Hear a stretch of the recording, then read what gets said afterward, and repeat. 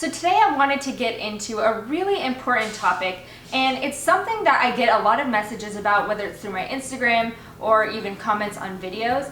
And that topic is about self-confidence behind the chair. So lots of stylists are always messaging me, telling me, I wish I had your confidence. I wish that I could have so much more confidence while I'm working on clients, but I have so many self-doubts and I feel so insecure.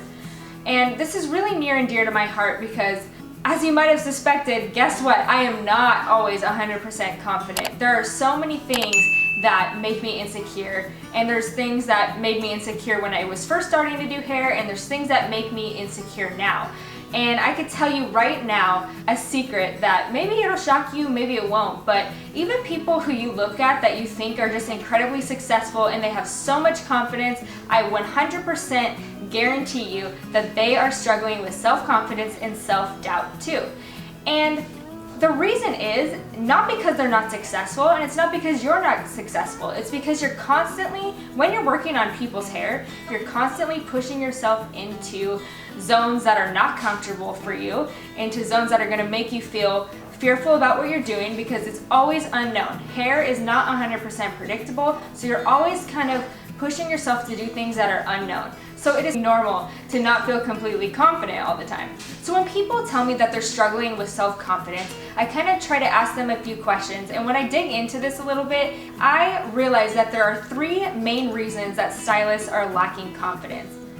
So in this video, I'm going to give you the top 3 reasons why stylists are lacking confidence, and I'm also going to give you advice on how to overcome it. So my hope for you is that when you walk away after watching this video, you're going to have a plan for overcoming your most deep insecurities and feel confident and empowered to do so. If that sounds good to you, leave a thumbs up on this video and let's get right into it. So first off, I want you to know that I have totally been where you are. I have had those moments where I go home thinking, oh my gosh, I am not meant to do this. I am not good at this. Like, what is the point? Like, I can't make anybody happy. But the point is, the most confident people are not people that don't experience self-doubt.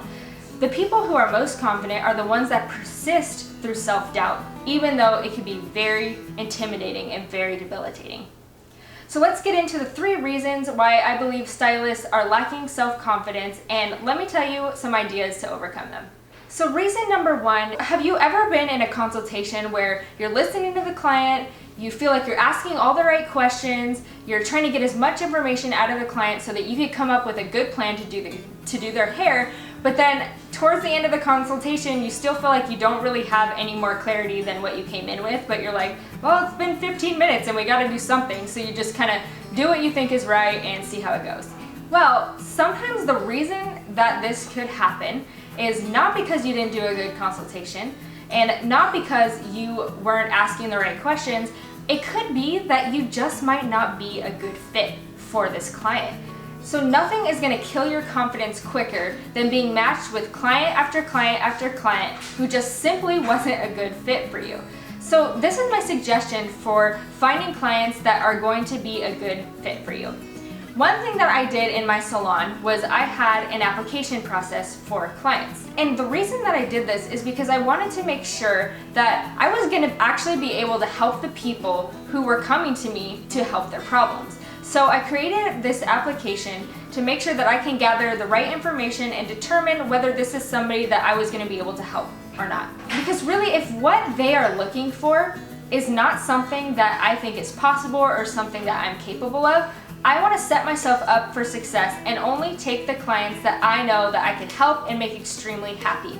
This is how you are going to build your confidence. Because, okay, so when you're first starting out, you want to take everything, you want to get as much experience as possible. But after years of experience, you want to make sure that you are not burning yourself out and only taking clients that you know you are going to be able to be successful with and make happy. Because that is going to be so important to your self-esteem and to your confidence as a stylist. It's going to be the thing that empowers you to keep going, because if you keep making a positive difference and a positive influence into people's lives, you are going to feel so much better about what you're doing. So what I want you to do is brainstorm ideas and actually write out all of the characteristics of an ideal client that you would like to have. Then what you're going to do is actually create an application with questions that are going to help you narrow down whether this client is going to be a good fit for you or not. For example, one question that I would like to ask on my applications is, describe a time where you were most happy with your hair. What did it look like? How did you feel? So this kind of gives me a good idea about what the attitude is like of the client. One thing that I would probably stay away from is maybe a client that writes 6 paragraphs about, how this stylist messed up her hair, how this stylist messed up her hair, how this person couldn't do it right, how this person got this piece in here wrong. Everybody has had that really bad experience, but usually it's only a few. Some people just can't be pleased, and when somebody writes all of that stuff about every single stylist they've ever been to, the chances are you're not going to be able to please them either. So that is just one thing that I used to do to just kind of get a feel for the attitude of the person that wanted to come see me to get their hair done, because I was working alone. I didn't have any manager to buffer anything that goes on between me and the client. I needed to make sure that I was protecting myself, because a bad reputation could spread so quickly. So that's one way that I just kind of weeded out clients who I thought were going to try to take advantage of me, or just weren't people who really wanted to be pleased. They kind of like to complain. There are people like that. It's very rare, but this will help you just kind of weed those people out. Okay, so reason number 2 that stylists are lacking self-confidence is lack of education. And I'm not talking about, they're not paying for advanced training courses and things like that. I'm talking about actually education of the basics. A lot of people tell me that they didn't really get a good, basic understanding of hair color or, cutting technique when they were in hair school, and they feel like they are missing out. Well, I'll explain how you can kind of relearn those things in a second, but I really just want to stress the importance of understanding the basics. I've noticed that even very experienced stylists don't always exhibit a very solid understanding of the basics, and this could be a big problem for self-confidence. For example, can you off the top of your head, if asked, talk about the difference between density and texture, between a graduated haircut and layers? Could you tell someone what makes up the different parts of the hair shaft?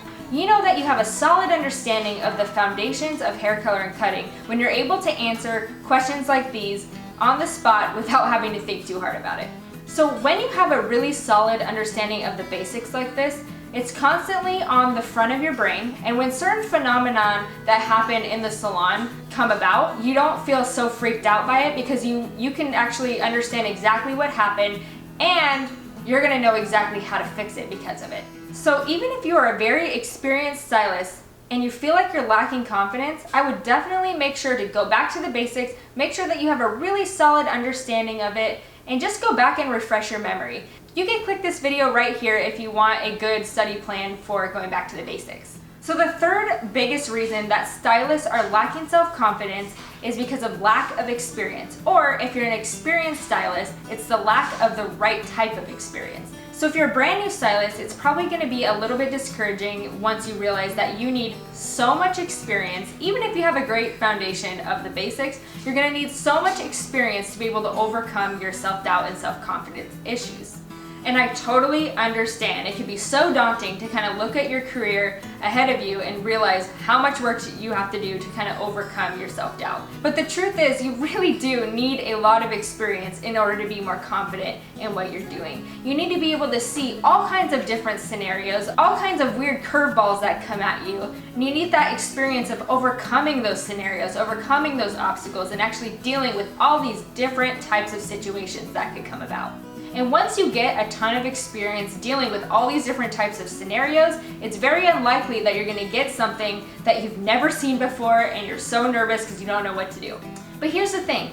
If you're a new stylist, there is a way to get that experience without relying on your salon to give you new clients, or without relying on the stylist that you're assisting to kind of involve you in everything that she's doing. You can do it yourself. Get out on the street, go get models, be working on people, look for all different types of scenarios, figure out how to conquer them, and do it. This is the quickest way that you can get experience and then gain a lot of self-confidence. Don't feel like you have to rely on the job that you're at to kind of give you the experience that you need to be successful and to be confident.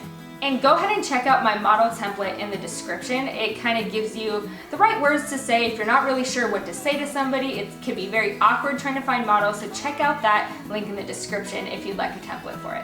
Now, experienced stylists who are lacking self-confidence have a slightly different problem. What I find with more experienced stylists who have maybe been doing hair for 20 years, or even longer is that they have been doing the same clientele for so long. Because they are so amazing, they have kept that very loyal clientele for so long. And sometimes this clientele doesn't really like to try new things. They kind of aren't really aware of the trends that are happening right now. So then when that experienced stylist has new clients coming in the door asking for all these crazy new trends and techniques, they feel a little bit insecure because they haven't really been focusing on that. They've been focusing on serving their loyal clientele. So my best advice for older stylists who are lacking self-confidence is to make sure that you're always making time, no matter how busy you are, to educate yourself on the latest trends, to really get yourself to understand the market and what people are really wanting right now. No matter how busy you are, you need to make sure that you dedicate time to this. Sometimes it might be a little intimidating to take classes with a bunch of young stylists and you just kind of feel out of place. So if that's the case, make sure to check out my foliage education, which is online, but you still get the hands-on practice that you're going to need. And especially if you're super busy in the salon, you can't travel, you can't take so much time off of work, this would be a really good solution for you too. So there's actually a 30% discount for YouTube subscribers if you want to check that out in the link below. So I wanted to leave you with this amazing quote by Vincent van Gogh, who obviously is a famous painter. And he said this: "If you hear a voice within you say you cannot paint, then by all means paint, and that voice will be silenced." This is such an amazing quote, and it speaks so much truth to what you need to be doing in order to build your self-confidence. The truth is, everybody has self-confidence issues. Everybody has anxiety. Everybody highly doubts themselves. The key is persisting past it, to practicing anyway, to putting the work in, to developing your self-confidence the way that you need to. Once you have amazing self-confidence, you're going to be able to position yourself as an amazing expert to your clients, and your clients are going to love you. You are going to be their hero because you're going to have such a deep understanding of what you're doing, and you're going to be able to, through experience, have the confidence to perform it and know that no matter what client walks in, no matter what scenario that walks in, you've seen it before and you are going to be able to deliver. Thank you guys so much for watching this video, and I want to ask you something. Let me know in the comments below what you feel like is your biggest struggle regarding self-confidence and what is your plan to overcome it. Thank you guys so much for watching. Again, my name is Lauren. I help stylists build their brand, business, and technical skills. Make sure to check out any of these other videos and the links in the description for more helpful resources. Subscribe, hit that notification bell, and I'll see you in the next video.